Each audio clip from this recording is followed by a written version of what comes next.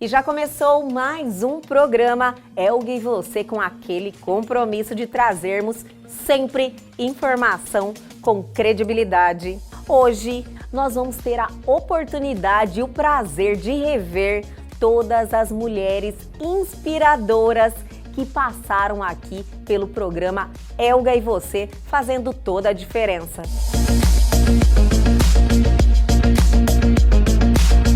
Eu vejo que quando as mulheres se propõem a desempenhar um papel, elas se destacam. Eu acreditava que fazendo direito, sendo advogada, eu ia acabar com as injustiças do mundo, né? Hoje eu acho que eu não faria isso, mas eu entrava na cela com o preso, eu queria ver o colchão que ele estava dormindo, eu queria ver a comida que tinham servido, sabe? Eu cresci nesse ambiente de muito estudo. Sim. E o pai e a mãe falavam pra gente, olha, vocês têm que estudar. Todo o meu problema que eu estava tendo era glicose alta, porque o meu aparelhinho estava medindo errado. Nossa! Aí depois disso foi o N consequências. Tudo isso e muito mais aqui no Elga e Você, que já começou.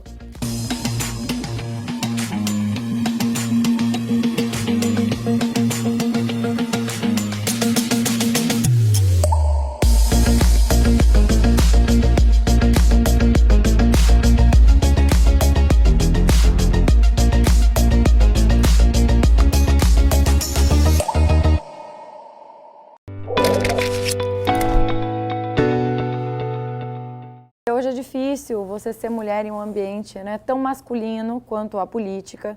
Então, para você representar, eu digo sempre que é o maior prazer que eu tenho é ouvir isso. Olha, você me representa, porque representar a mulher significa muito. Sim. A mulher é dinâmica, a mulher tem muita personalidade, a mulher é carregada de sentimento, nós sabemos disso, de opiniões, decisiva, ela, enfim. Então, quando você representa a mulher, você não é um fato simples de se fazer. Então, quando eu ouço isso das mulheres, eu falo, nossa, como eu fico feliz de ver uma jornalista renomada como você, Obrigada. de ver uma profissional autônoma, uma advogada, uma delegada, uma faxineira, e dizer para mim, olha, você me representa, você diz muito do que eu penso também. Isso, para mim, me traz muita honra, assim, é um estímulo. Eu brinco que esse é o combustível da minha carreira.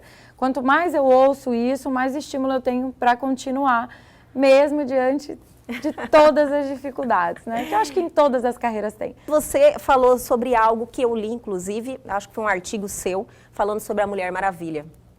Né? Todo mundo amou esse artigo. Amei, porque é um processo que nós estamos nele agora.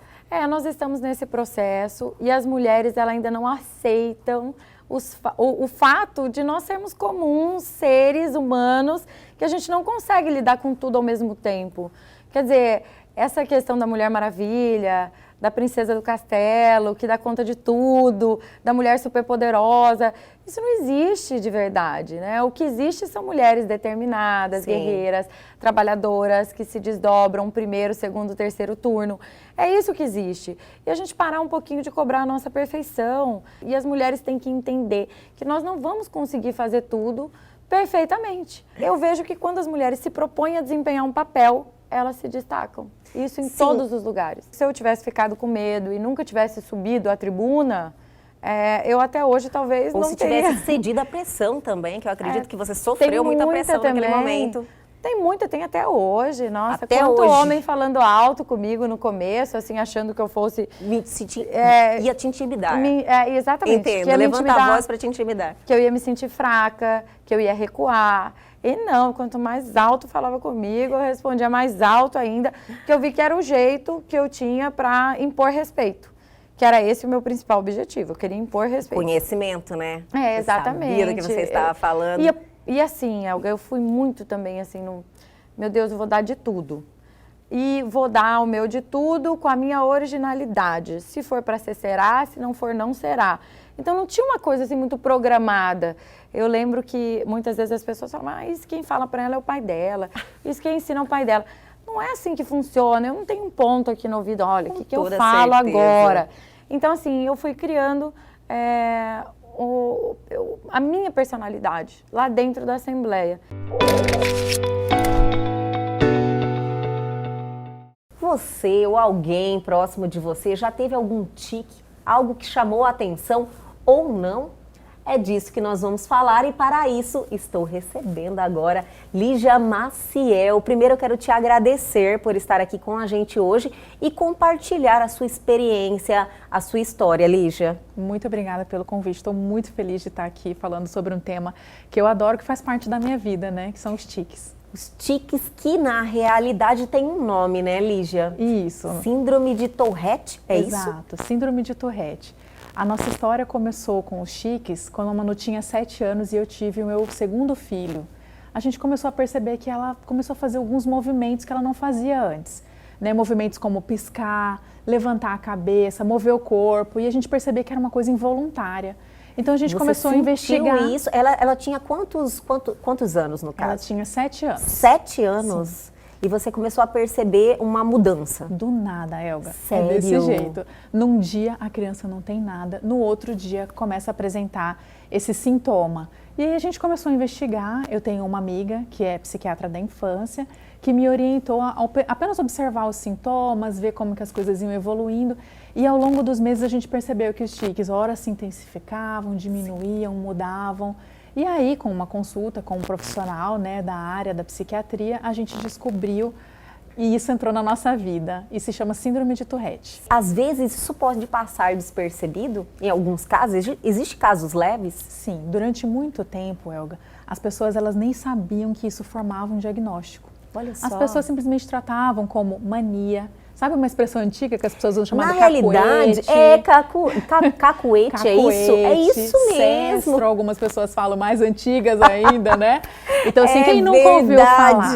Olha, faz tempo que eu não ouvia falar, então, inclusive. Tem muitas pessoas, Elga, que tratam como se fosse só uma simples mania e várias pessoas passam a vida toda sem diagnóstico. Primeira vez que você percebe o seu filho fazendo tiques, é uma coisa que mexe muito com o coração da mãe. Foi por isso que eu comecei esse trabalho na internet, no meu Instagram. Eu comecei a falar no meu Instagram pessoal sobre isso e eu recebi tantos feedbacks, sabe, mães me procurando, que eu resolvi gravar um vídeo explicando para as pessoas de forma bem simples, né? Claro que eu não sou da área médica, quais são os primeiros sinais, como que a gente lida com isso no dia a dia. E foi uma surpresa para mim ver que as pessoas tinham muita receptividade. Eu comecei a fazer um trabalho no Instagram separado, que é o @tiquesnainfância. Olha que só. O meu trabalho é basicamente acolher as mães, justamente porque esse primeiro momento, esse momento onde você percebe aqueles tiques acontecendo e você não sabe bem o que fazer, a gente perde o chão. Mas o que eu quero dizer com o meu Instagram é calma que vai dar tudo certo, porque a mãe é a verdadeira especialista no seu filho. Um marco muito forte na minha vida, desde quando eu era pequena, meu pai não cansava de dizer uma frase que ele dizia assim: minha filha, se você quiser ser alguém na vida, você tem que estudar muito. Né? E o fato de ter nascido de uma família de origem muito humilde, ser mulher, ser negra, né? Tudo isso foi mostrando aos poucos o que meu pai queria dizer, né? Desse esforço maior que a gente tinha que fazer para se sobressair, seja no estudo, num lugar bom de trabalho, né? E eu sempre fui, né, sem modéstia também um pouco, né? Mas assim, sempre fui muito esforçada no sentido de estudar muito, entendi a importância do estudo e talvez por toda essa minha origem, né, eu sempre prestei muita atenção nessa questão da discriminação, das desigualdades, né? O que me fez querer fazer o curso de Direito, né? Eu acreditava que fazendo Direito, sendo advogado, eu ia acabar com as injustiças do mundo, né? Você tinha aquele sonho ainda? Então esse sonho foi muito forte, né? Na minha infância, na minha adolescência e fiz o curso de Direito.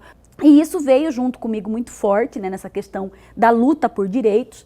E resolvi fazer um concurso público. Eu sou concursada no Procon Mato Grosso, né? Então a minha história no Procon, ela não é só como um dirigente ou um cargo de confiança, eu sou concursada lá. E foi no Procon que eu acabei, assim, sendo a voz de muita gente, né? E essas pessoas, quando iam ao Procon, né, você ia sentindo aquela vulnerabilidade, aquela fragilidade da pessoa não ter como brigar.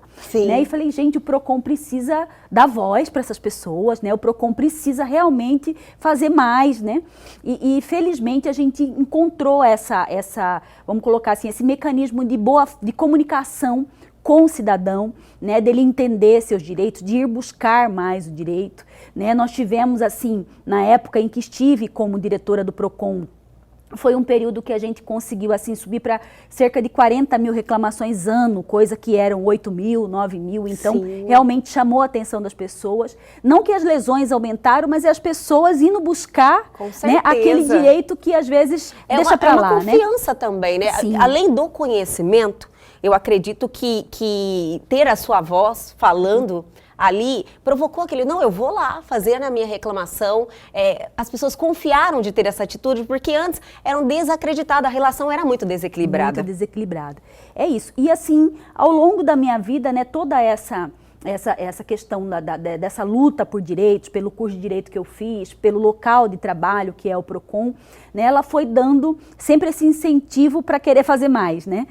E esse querer fazer mais, na verdade, acabou culminando aí numa fase não muito boa do ponto de vista de resultados lá naquele momento, mas que hoje eu já entendi a missão, né? Sim. Porque nessa luta por defesa dos direitos, eu acabei aí muitas vezes descobrindo, vamos colocar assim, e ferindo interesses econômicos muito fortes, né, de pessoas poderosas aí, e que acabaram fazendo com que eu fosse exonerada do meu cargo de superintendente. Sim. Né, naquele momento fiquei bastante entristecida, até um pouco desanimada, né? Sabe aquela hora que dá vontade Sei. até de você desistir e falar, Você fala, deixa pra "Nossa." lá, né? Mas enfim, falei, já caminhamos tanto até aqui, por que parar?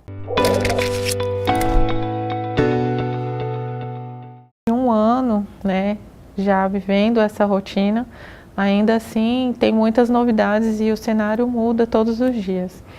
Então, lá no começo, na primeira onda, foi feito um terrorismo, assim, eu me senti muito amedrontada por todas as notícias que vinham lá da China. A gente teve um momento, assim, de muitas fake news também, né? Com certeza. Muitos procedimentos que a gente não podia fazer no começo, que hoje a gente sabe que... Era tudo muito desconhecido, muito né, doutora? desconhecido, E aí, com o passar do tempo, a gente foi entendendo a doença, aprendendo sobre ela e como se comportar. Covid é uma doença viral, né? Então, não tendo indicação de tratamento para bactérias, não tem por que a gente tomar antibiótico. O antibiótico, ele não mata o vírus. Então, por isso que as pessoas que têm sintomas têm que fazer uma avaliação médica, coletar exames, fazer imagem, para que nesse caso tenha a indicação de fazer o antibiótico, né? Então, porque senão esse paciente piora. Pode não acontecer nada, mas no caso dele piorar e precisar de internação, aquele antibiótico Já não faz mais efeito. Isso é verídico, né, E doutora? pode induzir resistência bacteriana. Então, o antibiótico na fase inicial não seria uma indicação de prescrição minha. Eu não indicaria. Doutora, no seu plantão, você deve conversar, passar, estar ali vivenciando a situação com várias pessoas diferentes. Qual que é a maior reclamação? O que é pior ali? O que é mais doído? Dentro da UTI? É o medo. O medo. O medo. Tem paciente que, quando ele chega e olha para um lado, olha para o outro, ele fala, ai meu Deus do céu, será que eu vou ficar igual aquele ali? Nossa. Será que... Então, eles têm muito medo. O fator psicológico é complicado dentro de uma UTI também, né, doutora? Muito. Você entra ali, parece que já é o fim. Sim, tem muita gente que tem esse preconceito, né, de achar que foi para UTI porque já tá nas últimas, né? Tá nas últimas. E não é verdade. Tem muitos que se recuperam. Muito. Vamos falar de coisa boa também, né, doutora? Como está isso? Eles se recuperam. Graças a Deus, sim, recupera. É uma doença tratável, né? É uma doença curável. Então, a gente tem cura em vários pacientes. Tivemos figuras conhecidas aí recentemente, saiu em todas as mídias. Então, pessoas que às vezes recebem homenagem na porta do hospital, Sim. Todo mundo tira foto, é muito bonito. Mas tem um caso muito emocionante de uma senhorinha de 89 anos que, olha que maravilha. Foi entubada. A família achou, ai meu Deus, agora a vovó vai embora. Não.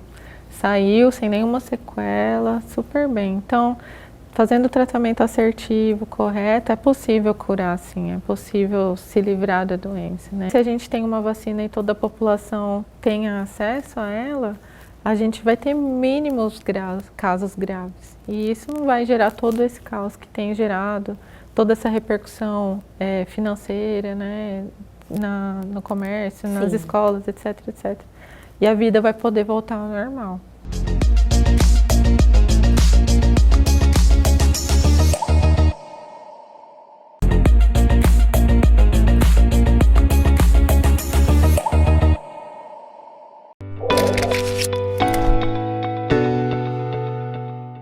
Poder Judiciário de Mato Grosso teve assim algo bastante particular.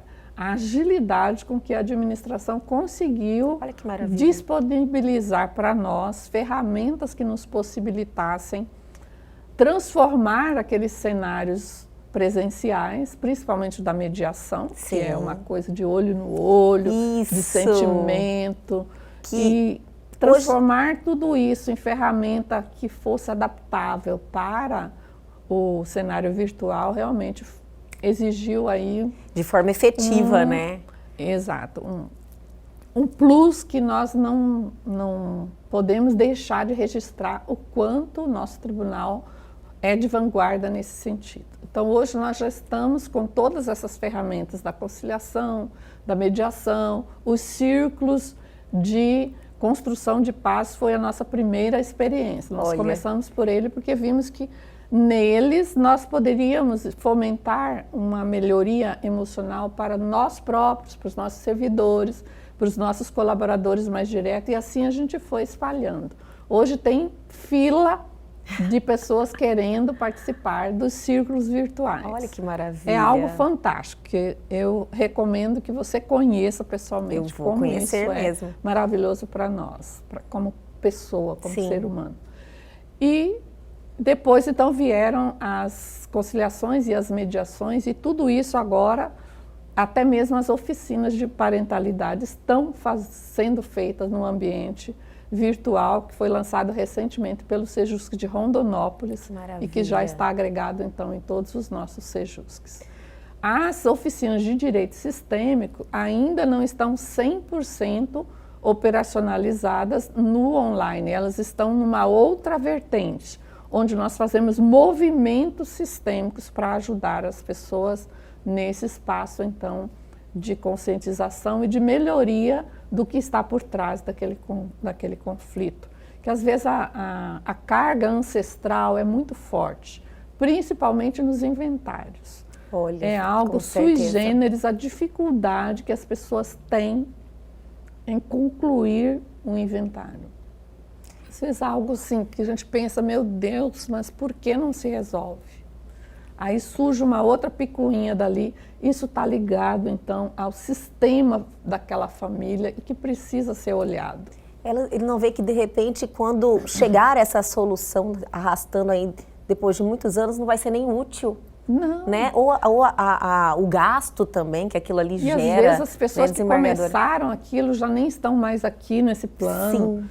Às vezes já está na segunda, terceira geração e aquilo vai virando um novelo que não encontra o fio da meada. E aí Sim. vem então essas questões. Nas falências, nas recuperações judiciais também tem sido muito interessante o resultado das oficinas de direito sistêmico.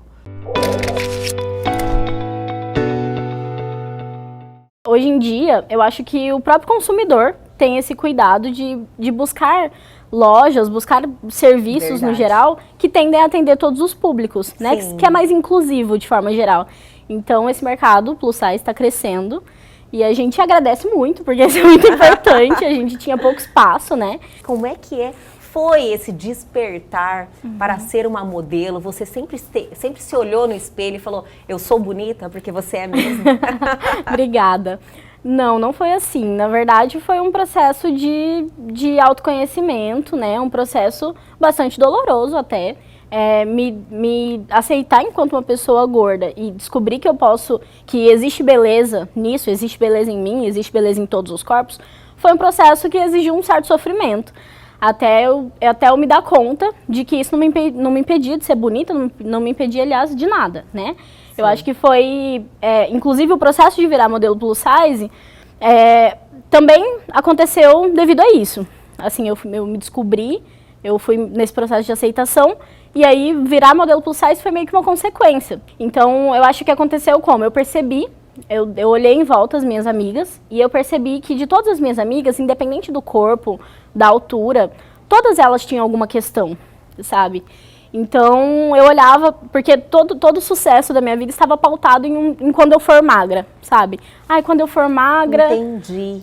Você sempre tinha essa expectativa que tudo, quando você for magra, tudo vai ser melhor. As coisas aconteceriam depois que eu fosse magra, como se as coisas não pudessem acontecer com o corpo que eu tenho hoje. Sim. Então, olhar para minhas amigas e descobrir que todas elas tinham uma questão que não era exatamente sobre o corpo que você tem, é sobre como você se sente em relação a isso.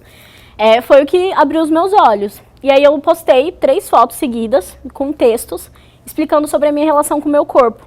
Eu nunca tive vergonha da internet, então sempre falei sobre o que eu pensava, o que eu sentia de maneira bem aberta. E aí quando eu postei essa foto, um amigo falou: ai, Maria, eu acho que tem uma colega minha que gostaria muito de te fotografar. Olha, e eu legal. nunca tinha feito um ensaio, assim, né? E aí eu falei assim, eu já tinha feito ensaios quando criança, mas não era uma mulher gorda ainda. Então, não era considerado plus size. Eu já tinha feito alguns trabalhos, esporadicamente, mas não era considerado plus size. E aí, a partir desse convite, né, que ele falou, eu acho que minha amiga gostaria, ela veio falar comigo, a gente fez esse ensaio, e aí eu comecei a receber convites. E aí, os convites, eles vinham bem devagarinho, e depois eles foram aumentando. E aí eu já dei outras entrevistas, eu falo sempre sobre isso. O meu Instagram hoje em dia é voltado certamente para isso, né? Eu posto vídeos, eu falo nos stories, eu falo sobre ser modelo plus size, sobre o meu processo de autoaceitação, falo sobre autoestima. Foi em 1985, né, que você recebeu o convite do atual secretário de Segurança na época, que era o Travassos, e você deu um início, assim, meio que no instinto à defesa da mulher. Implantaram a delegacia e você foi a primeira delegada. Como é que foi quando você recebeu o convite? Você falou, nossa, que desafio. Ótimo. Eu teria que voltar atrás, porque eu fui nomeada a primeira delegada de menores. Olha! Em 77. E passei já ali a enfrentar muitos preconceitos, né? Porque a mulher tem sempre dificuldade em ser aceita, Sim. né? E Temos ainda. Imagina naquela época, né, Medir? Naquela época. E era muito difícil justamente porque a política também era diferente. Em todo lugar que eu chegava para procurar emprego, que eu me formei na Católica de Santos, estava de férias, me perguntava, família de quem? Família de quem? Eu Bem dizia, provinciana de Cuiabá, né? Eu dizia, eu sou simplesmente da Silva, tenho um diploma e quero servir minha gente. E nós conseguimos, graças a Deus, implantar a delegacia em 85, 7 meses depois já estava inaugurada e foi um tormento, né? No dia da inauguração, na hora da festa, tinha uma fila de mulheres. Medir. Tinha uma fila quando inaugurou. Então, assim, as mulheres ficaram esperançosas mesmo, porque o sofrimento era muito grande. O homem chegou na minha sala, a mulher disse que ele ia matá-la. Eu conversando com ele, falei assim, meu amigo, você vai matar essa mulher que não quer viver com você? Vou matar. Falei, não vai matar mais. Deixei ele numa delegacia, não tipo, prendeu. Mas numa outra, porque na delegacia da mulher não tinha cela. Era uma casa improvisada, não tinha nada, não tinha segurança nenhuma. Nossa. E mandei para outra delegacia. Então, no terceiro dia que ele disse que ia matar a mesma mulher, fui procurar um juiz. Aí eu cheguei e falei, excelência, eu vim aqui pedir uma orientação. O juiz virou para mim e disse assim, juiz não orienta, juiz decide. Quando o juiz disse isso, eu disse para ele o seguinte, o senhor decide entre as partes. O senhor decide entre a vítima e o agressor. Eu sou polícia judiciária. Eu é que trago argumentos para o senhor julgar bem. Passe bem, excelência. E saí desesperada, porque eu sabia que aquele homem ia matar aquela mulher. Eu não queria isso. Sim. Não me satisfazia fazer um processo e lavar as minhas mãos. Fiz o processo, ameaça, vai embora. Se matou, já fiz. Cumpri o meu trabalho, daí para frente. Cumpri o meu trabalho, isso não me satisfazia. Sim. Aí não tinha jeito, já tinha respondido assim para o juiz. Né? Na época também os ânimos, né? Você estava à flor da pele o tempo todo. A pele, como que eu poderia trabalhar com uma lei que não dava amparo nenhuma? Não tinha um lugar para deixar essas mulheres. Eu tinha que escolher, ou punha ele na cadeia, ou deixava a mulher onde? Não podia, né? Então, colocava a mulher em risco, né? O que aconteceu? Aí quando eu fiz o inquérito, ameaça, né? E comecei a limpar. Quando ele teve o bique, ele saiu de lá, eu falei, vamos sentar aqui. Peguei um pano molhado e comecei a limpar os dedos dele.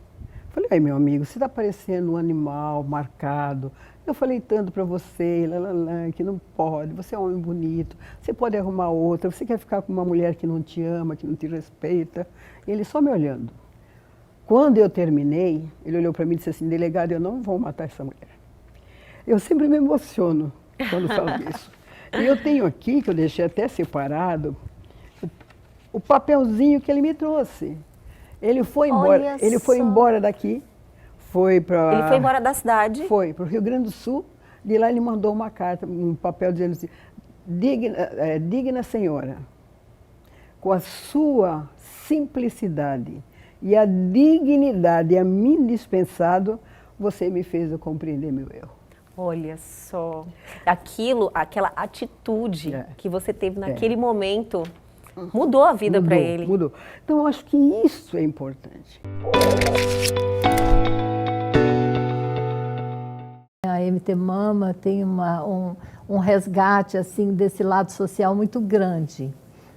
A MT Mama surgiu em 2009. Como que ela surgiu? Tinha um grupo de voluntários que serviam café da manhã no Hospital de Câncer. Aí receberam um convite para conhecer melhor o que era fundar uma instituição. Uma organização de São Paulo veio aqui para incentivar esses grupos a criarem associações, né? Formalizarem esse trabalho voluntário que já era feito. Aí, a partir dessa sementinha, né, dessa instituição de São Paulo, surgiu a MT Mama. A MT Mama surgiu daquele grupo de amigos em 2009. Em 2010, a MT Mama fez o primeiro Outubro Rosa do estado de Mato Grosso. Então, assim, ela foi sendo pioneira em vários campos. Instituiu o primeiro banco de perucas do estado de Mato Grosso. Olha, que legal. E assim, realmente fez a diferença, porque existe até hoje, né, ainda uma lacuna entre o diagnóstico e a cabeça da pessoa. Como que você vai processar aquela informação? O médico te fala tecnicamente que você está com CA. O que é CA? Um carcinoma. Você vê lá todos aqueles nomes. Entendi. Tem os nomes diferentes, você não traduz aí, né, Cleusa? Ou a gente corre na internet lá para buscar aí o vai lá significado. buscar no Google. Aí você vê tudo que tem de informação boa e não tão boa, né? E a MT Mama surgiu para dar esse apoio, para receber as pessoas que recebem esse diagnóstico, dar esse apoio psicossocial, dar essa orientação. Depois foram surgindo, com o decorrer do tempo, terapias integrativas na sede, reiki, meditação, yoga, para você centrar novamente a pessoa, porque o baque inicial de você receber o diagnóstico é forte.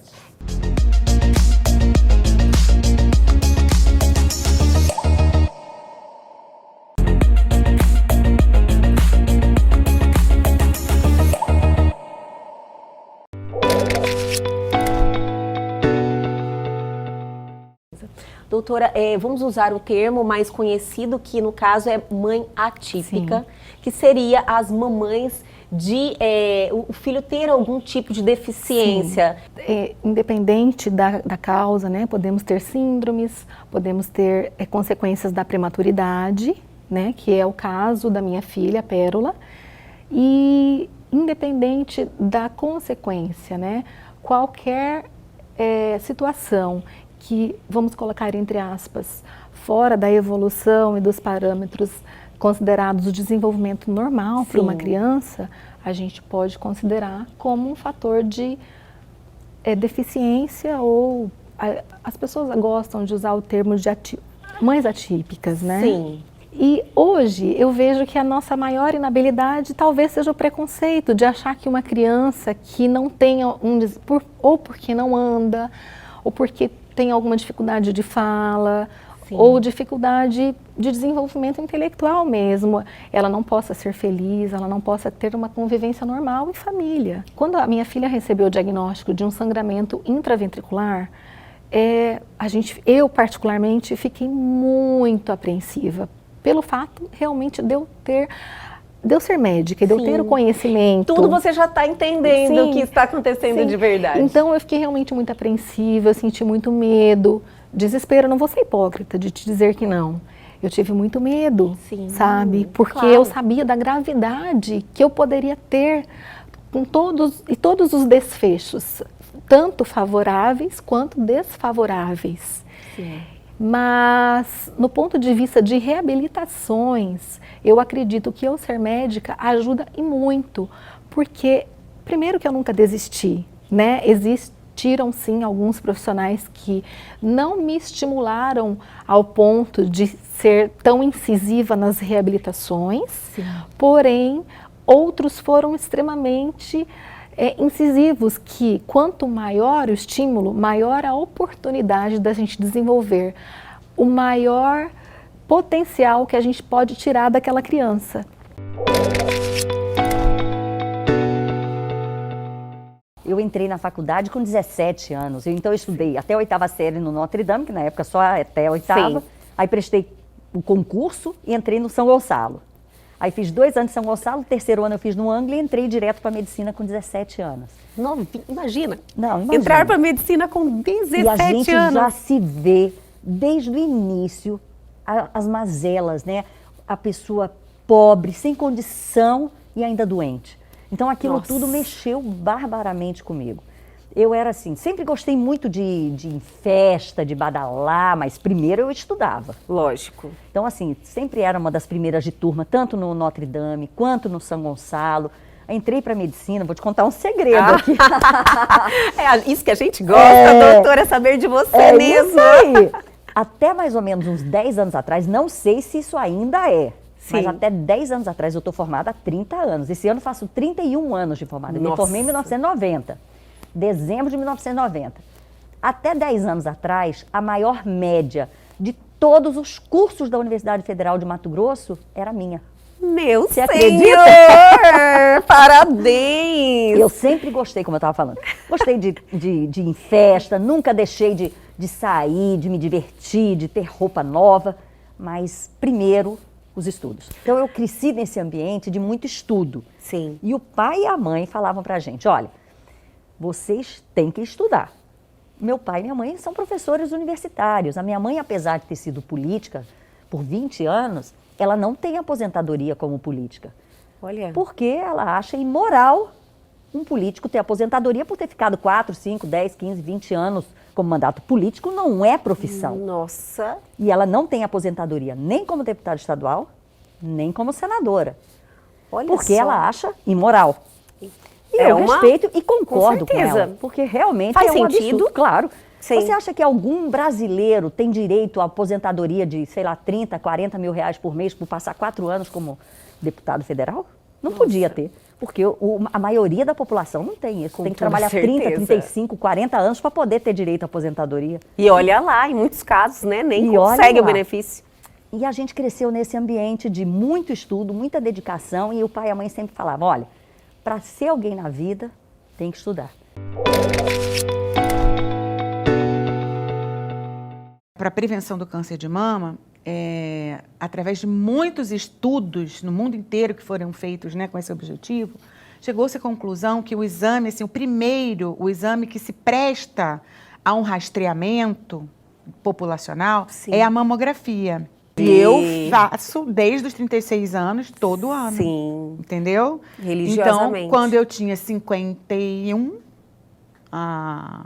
4 anos atrás, eu fui fazer o meu rastreamento, como todo ano, estava sentindo absolutamente nada. Perfeita. Nada. Fui fazer meu rastreamento, tá lá. Microcalcificações pleomórficas, que é uma forma de apresentação na mamografia. Sim. As microcalcificações suspeitas, elas não aparecem em nenhum outro exame, só na mamografia. Era um BIRAD5, que é uma lesão altamente suspeita, já pela mamografia. Sim. Entendeu? E aí, pronto, aí começou tudo. O sentimento, que eu gosto de falar sobre isso, esse sentimento que a gente tem, porque para ver que todos nós somos humanos. Com certeza. Medo, pavor, pânico é o primeiro sentimento. Porque a pessoa fala bem assim, nossa, mas ela é uma médica que não. atua nessa área, está acostumada... Você esquece tudo isso. Na hora que vem aquilo, é um impacto tão grande, assim, um tiro fuzil, assim, na sua cara, sabe? Aí você... É aquele medo, entendeu? Aquele medo, ai, agora eu vou ter que perder meu cabelo, sabe? Vem é tudo. A primeira, né? Você fala, meu Deus, vai vir uma situação... Antes de morrer, eu vou perder meu cabelo. Sabe, você pensa tudo isso. E não é isso, não é mais isso. Não é mais isso, eu garanto, né, que não é mais isso. Eu garanto que não é uma sentença de morte. Estou aqui para provar isso. Com toda né? certeza, doutora. E tantas outras de nós estamos aqui. O pessoal todo do MT Mama, todas elas são sobreviventes. Sim. Entendeu? Eu recebi aqui também no programa. Então, umas fofas, né? Então assim, o que isso quer dizer? Se você fizer uma detecção precoce, você tem muito mais chances de cura. Mas hoje em dia, com a medicina avançada, né, dos nossos queridos amigos mastologistas e oncologistas, com os esquemas que tem de quimioterapia e de cirurgia e tal, mesmo quando não está tão no iniciozinho, a chance de cura é muito maior do que alguns anos atrás. Com certeza. Né? Não é uma doença que é para ser estigmatizante e não é uma sentença de morte. Um casal, amigos nossos lá no Rio de Janeiro, e que eles queriam um casamento que não fosse nem por uma igreja católica, nem por uma igreja evangélica, porque eles frequentavam a nossa casa espírita. Nem ecumênico não também. Não ecumênico. Eles falaram assim, olha, nós frequentamos... Queriam da doutrina espírita. Exatamente. Nós frequentamos a sua casa espírita, você é palestrante, você fala bem. Eu gostaria de saber se você poderia celebrar um casamento. Eu fiquei parada, assim, eu nunca tinha feito isso, né? Eu falei, nossa, não, eu falei, que isso? novidade é essa? Tal, é diferente de ir lá e fazer uma Sim. palestra, né? Aí eu falei assim, não, então vamos parar. De cara eu falei, tudo bem. Eu sou assim, né? Tudo bem, depois eu viu a para resolver. Mas na realidade, você viu que realmente existia a necessidade. Existia aquela necessidade. Sim. Era um, digamos assim, um nicho que estava ali exposto e que ninguém havia percebido ainda, né? Aí estudei uma forma de montar um casamento. Né? Isso que é legal, e né? Lógico, você observar. Não, porque você fala assim, peraí, eu vou montar um casamento. Uma palestra, eu vou lá, tem um tema e estrutura. O que é montar um casamento? E é claro que a gente busca tudo na nossa vivência, né? A experiência é o bem. E aí eu fui no meu casamento. Então, eu parti disso, eu parti do seguinte, do pressuposto que pode acontecer o que for. Quem está ali é o casal, o noivo e a noiva. Eles são o centro de todas as coisas. Compreendi totalmente, né? Faz muito sentido. São eles, não importa o que está em volta, não importa onde a religião, é o casamento, não importa. Eles. Aí eu parti disso, sentei com eles, tivemos longuíssimas conversas além do que eu já os conhecia e montei uma cerimônia em cima da história deles, né? E uma cerimônia tradicional, ela não é diferente no sentido de outras cerimônias, porque falamos sobre o amor, falamos sobre a família, falamos sobre a vida, falamos sobre a instituição do bem, né, nisso tudo, das responsabilidades, das consequências daquilo que eles estão começando, da aliança, né? Então, quando a aliança vem, a gente fala muito da aliança, o que representa. Tudo estava ocorrendo conforme planejado, né? O namoro, o noivado, o casamento. E agora chegou o momento dos filhos, despertou esse desejo. E aí vem a frustração, né? Porque aí você tenta e não consegue, assim, né?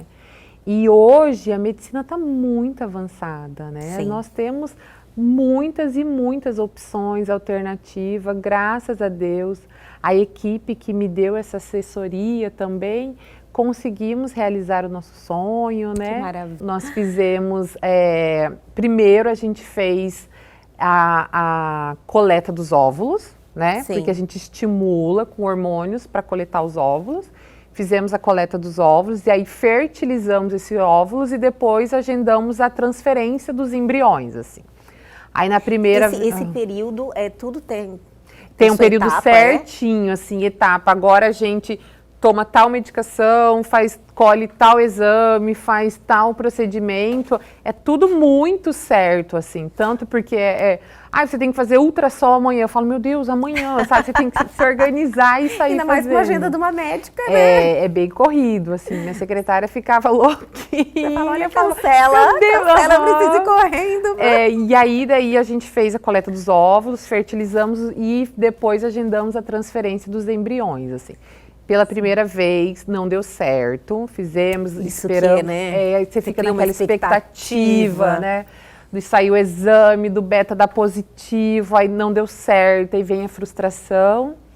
E aí, no mês seguinte, nós fizemos a outra fertilização e deu certo. Tem uma menininha linda de 2 aninhos. Vem uma só, porque tem casos que vem mais, né? Então, na primeira vez, nós colocamos 2 embriões, assim, na expectativa de se vir um tá ótimo, se vir gêmeos, melhor ainda, se trigêmeos, mais amor ainda, né? Nossa Senhora! E aí, daí, como na primeira não deu certo, aí na segunda deu, aí colocamos 2 também, mas deu apenas um. Apenas um. Minha menininha de 2 anos. Fez agora, 2 aninhos.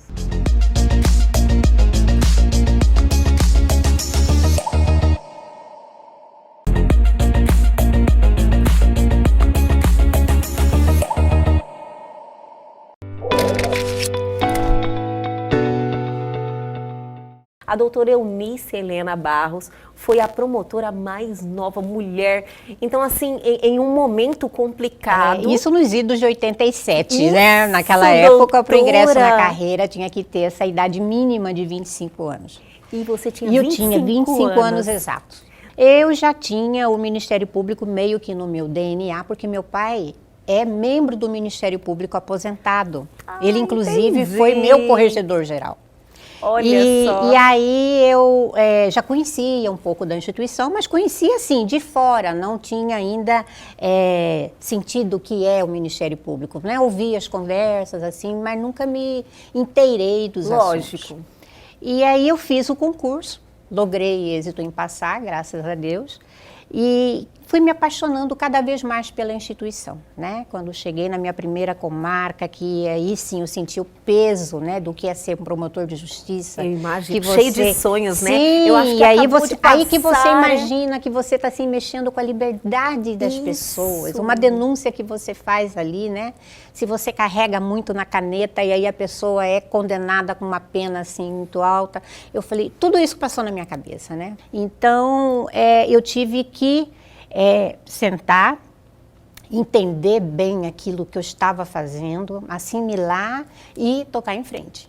E eu era, assim, muito corajosa, que a gente fazia inspeções em presídios, né, em delegacias no interior, para ver como é que estavam sendo tratados os presos. E hoje eu acho que eu não faria isso, mas eu entrava na cela com o preso, eu queria ver o colchão que ele estava dormindo, eu queria ver a comida que tinham servido, sabe? E o carcereiro sempre falava para mim... aí o carcereiro falava para mim, a senhora é corajosa, mas eu não via aquilo. Eu falava, é minha função, eu tenho que ver, não tem essa de ser corajosa ou ser covarde, eu tenho que ver, né? Sim. E conversava com eles, e eles estavam sempre ali muito atenciosos comigo, ninguém com raiva, sabe? Sabiam que tinham errado, essa que é a verdade. Sabiam que estavam ali, não era por acaso, né? Sim. E então, assim, no interior fui muito bem acolhida, em todas as comarcas por onde passei. E isso foi uma coisa, assim, que me deixou muito feliz, né? Eu gosto das redes sociais e realmente procuro, assim, passar para as pessoas aquilo que a gente faz, aquilo que é possível. Quem sabe a gente esteja aí ajudando se você conseguir ajudar uma pessoa, já está valendo a pena, não A gente dá uma olhadinha lá na sua foto e fala, eu queria conhecer esse lugar. Eu acho que essa provocação, né, é muito positiva. Exatamente. Eu acho que nós sempre não podemos perder a capacidade de sonhar. E o sonho, ele é muito importante para que traga motivação para o nosso dia a dia, para que a gente possa enfrentar os nossos problemas. Eu já sou advogada há 20 anos e, coincidentemente, desde o início da minha advocacia, eu comecei a advogar para várias cadeias do segmento de turismo. Então, bares, hotéis, restaurantes, setor de eventos, de festas, né, que traz coisa tanta boa. alegria, auxiliares de transporte aéreo, porque eu também adoro voar, né? Todos nós, né? Todos nós, né? Então, assim, coincidentemente, aconteceu que o início da minha carreira vem com a advocacia para esse segmento, Olha que eu legal. continuo até hoje, um setor do turismo, mas empresarial. Sim. E isso vem muito assim, vem muito ao encontro do que eu sempre vivi, porque eu venho de uma família do meu avô maranhense, eu sou mineira, meu pai é mineiro, minha mãe maranhense, então o meu avô, ele sempre foi muito assim, de festa, fez o primeiro clube da cidade, Olha, que é Carolina, que Maranhão, legal. primeiro cinema da cidade. Ele sempre conectado para trazer alegria e entretenimento para as pessoas. Exatamente. Ele era proprietário do Bar Colômbia, que era o bar mais famoso que tinha na cidade. Eu advogo para todos esses setores, que foi tudo que eu vivi assim, né, uma vida toda. Viajando, falando de viagens, né? Meu avô era muito festeiro também, eu também sou.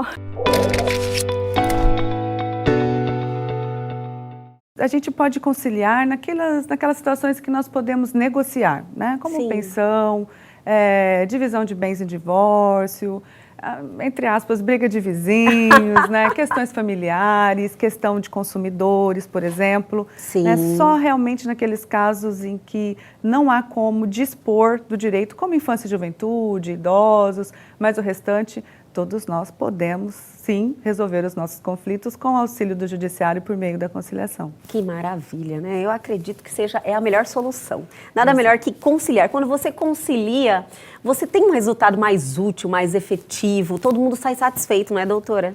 Exatamente. E é importante aqui, eu lembro que lá quando eu era criança falavam assim, adolescente também, não faz tanto tempo, né?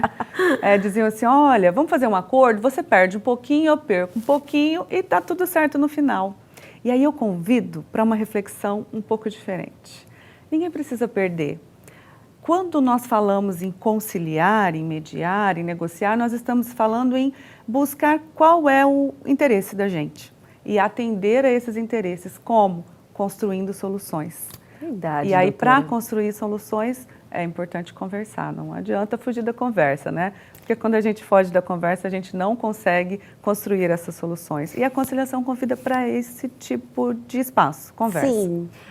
Na realidade, o que eu vejo hoje é que o judiciário se preparou mais para a conciliação. Eu acredito que podemos falar assim, orientar, né?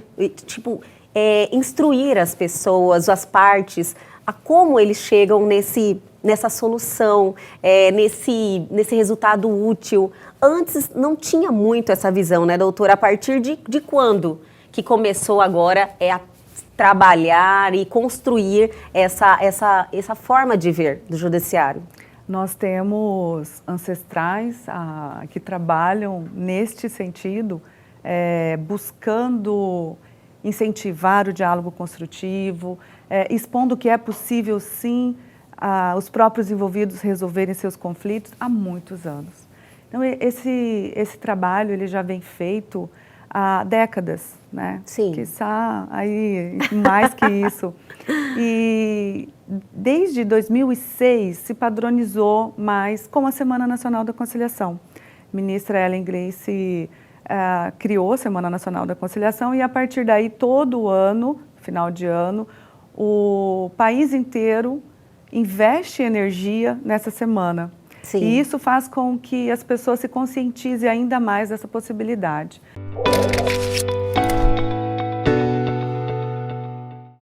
Michele, você de muito nova, né, teve problemas de saúde. Uma coisa veio desencadeando outra, mas tudo iniciou quando você tinha 11 anos. 11 anos, eu adquiri a diabetes infantil, né? Na época ninguém sabia que criança poderia ter isso. E foi o maior, assim, desafio. Todo mundo, ai meu Deus, como que é? Foi fácil diagnosticar?